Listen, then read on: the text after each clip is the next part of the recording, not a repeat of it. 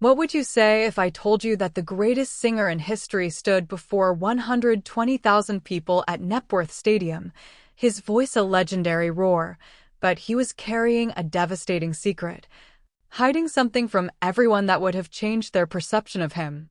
Today, we'll reveal the perplexing mystery. Why did Freddie Mercury choose to remain silent, endure, and undertake the grueling Magic Tour, even though he felt his body breaking down and that it might be the last time he heard the audience's cheers? In this documentary, you'll take a behind-the-scenes look. We'll see how he concealed his exhaustion under the spotlight and his yellow vest. We'll learn who helped him keep quiet about his illness, the journalists and close associates. And we'll understand his timeless philosophy. The show must go on, and how he chose to remain a legendary king rather than a victim, right up to his last breath on stage. This isn't just a story of illness, it's a story of dignity, artistry, and defiance. If you love Queen, or want to know the secret behind the greatest tour in rock history, don't miss this video. And, because this video is a huge effort, if you benefited from or were impressed by the story, don't forget to like it and write in the comments, "Freddie is the king." Share the video with your music-loving friends, and if you're already subscribed to the channel, click subscribe and turn on notifications so you don't miss any of our upcoming episodes. Let's honor a legend like Freddie by sharing his legacy. In the summer of 1986, Freddie Mercury stood on the stage of the Knebworth Theatre before 120,000 fans.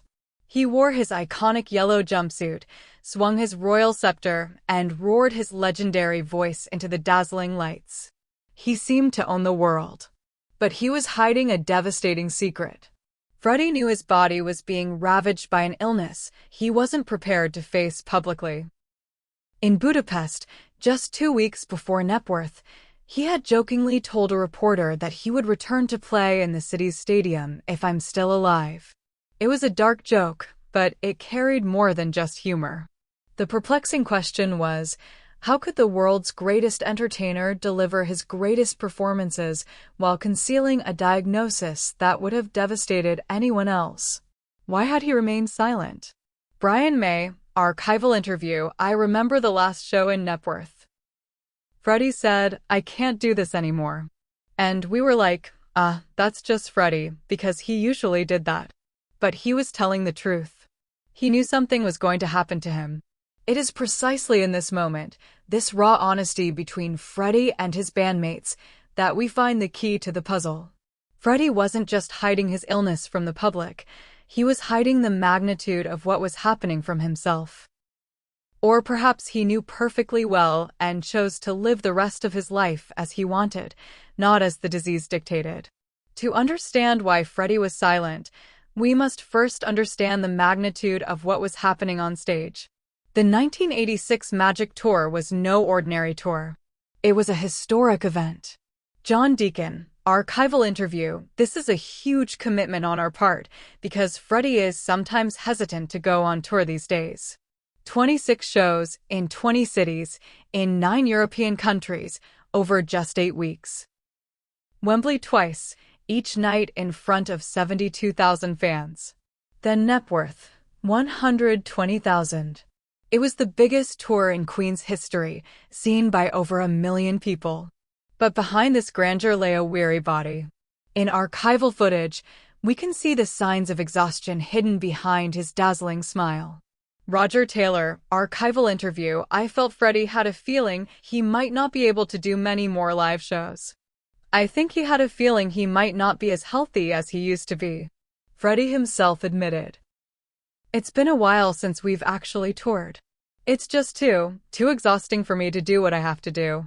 Freddie Mercury, archival interview, "Theaters get bigger and everything, and I like to feel like I'm in perfect shape to do these shows, not just say, 'Yes, I'll do it.'"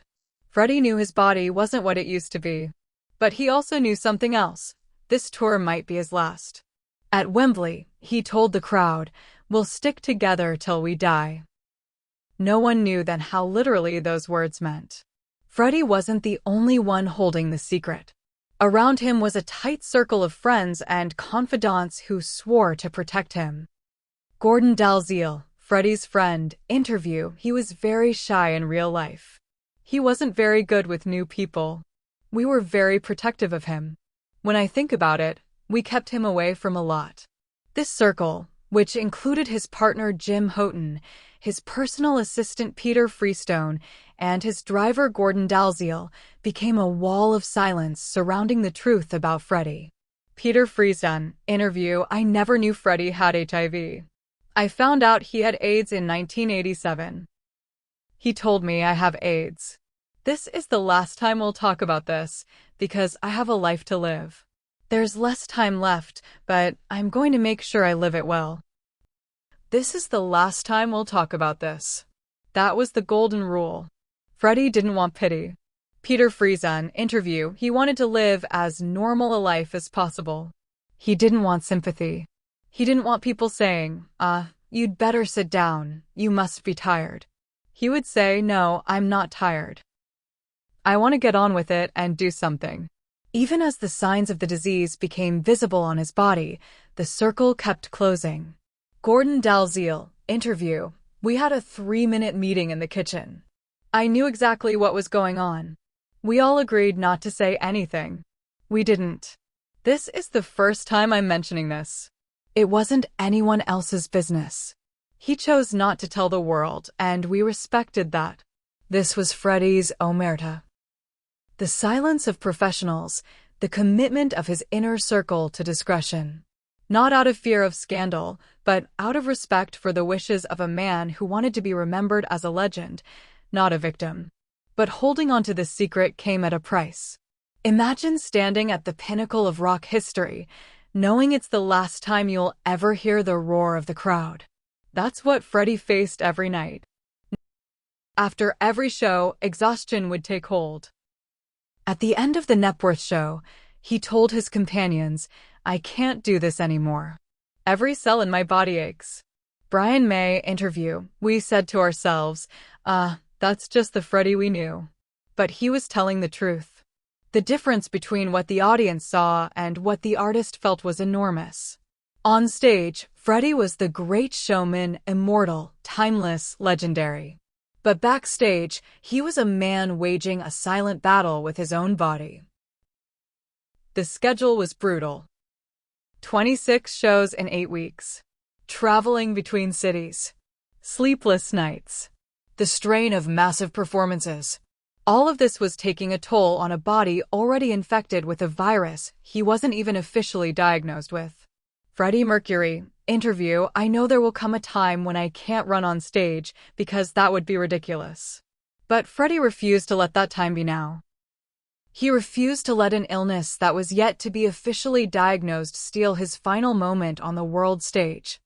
Mike Moran, producer, interview. Even when Freddie started to get noticeably ill, we were still in a kind of denial that everything would be okay. It was never up for discussion. The show must go on. This phrase became Freddie's mantra in his later years. But during the Magic Tour, this philosophy took on a deeper meaning. Freddie wasn't just hiding his illness from the public. He was hiding from himself the fear that his illness would become his identity. He refused to let a medical label define him. Peter Freestone, interview. He wanted to live as normal a life as possible. He didn't want sympathy.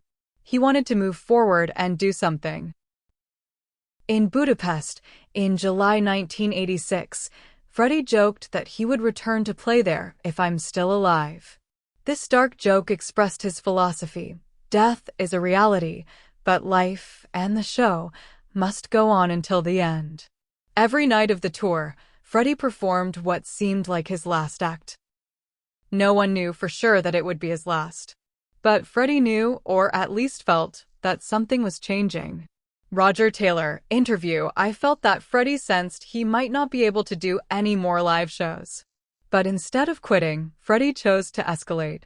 The Magic Tour was the biggest in Queen's history. Why? Because he wanted the finale to be spectacular.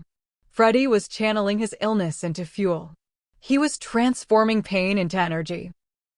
And he kept silent about his diagnosis, not because shame held him back, but because the show mattered. This philosophy, the show must go on, wasn't just an escape from reality. It was a deliberate tool to regain control of a life that was slipping from his grasp. On stage, Freddie was the master. He controlled the audience, the music, the moment. Off stage, illness was the master. How did Freddie manage to conceal his declining health throughout this tour? The answer lay in the art of visual distraction. On stage, Freddie was a legend. The yellow suit, the scepter, the crown, the white sash, all were tools to create the image of the invincible, great showman. The dazzling lights, the smoke, the giant screens all contributed to diverting attention from any signs of exhaustion or fatigue. The audience didn't see a sick man, they saw a king. But behind this mask, the price was steep. Every night drained what little energy he had left. Every song demanded more effort than it appeared. In Knebworth, on August 9, 1986, Freddie could barely sing, "We Are the Champions." But he sang it. Because the show had to go on. This was the reverse engineering of a legend, building a mask of grandeur to hide a painful truth. And Freddie was a master of this art. Despite Freddie's silence, rumors were swirling. The British press was beginning to notice the changes. After the Magic Tour, rumors about Freddie's health began circulating in the tabloids. Some newspapers claimed he had been tested for HIV in October 1986. But Freddie continued to deny it publicly. He never confirmed his diagnosis during his lifetime until the day before he died. Why this determination to remain silent until the very end? Because Freddie knew that announcing his illness would redefine him in the public mind. He wouldn't be Freddie Mercury, the rock legend. He would be Freddie Mercury, the man with AIDS.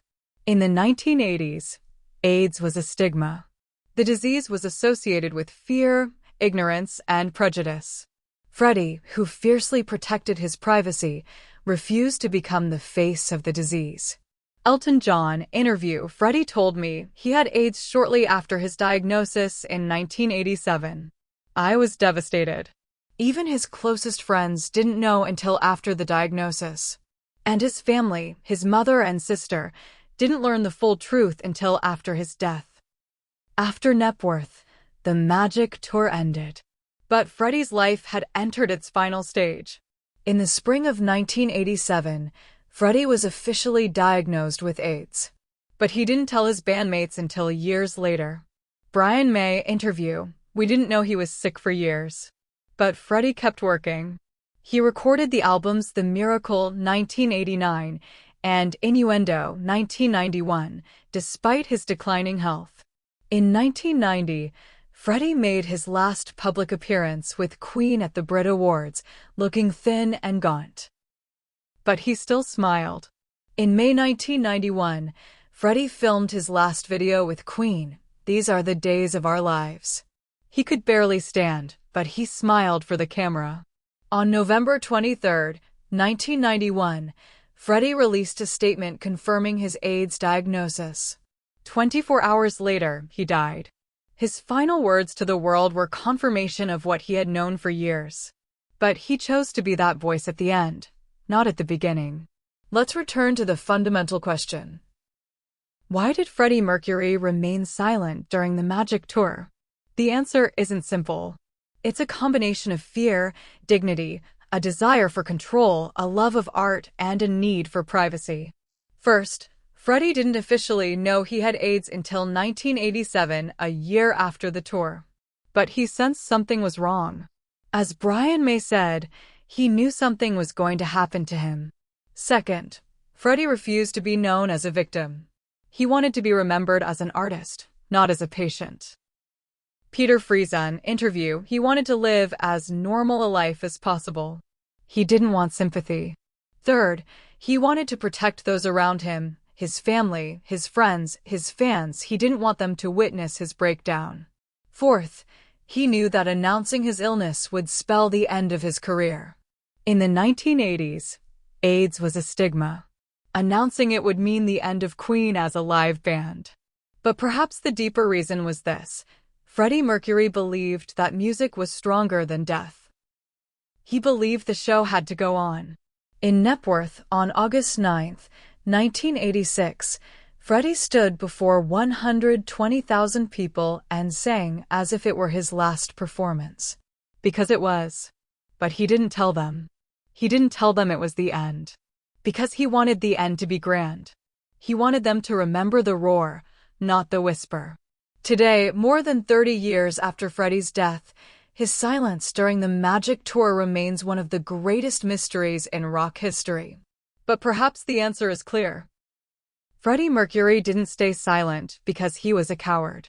He stayed silent because he was brave enough to face death in his own way. On stage, he was immortal. Off stage, he was human. And he chose to be immortal in the minds of millions.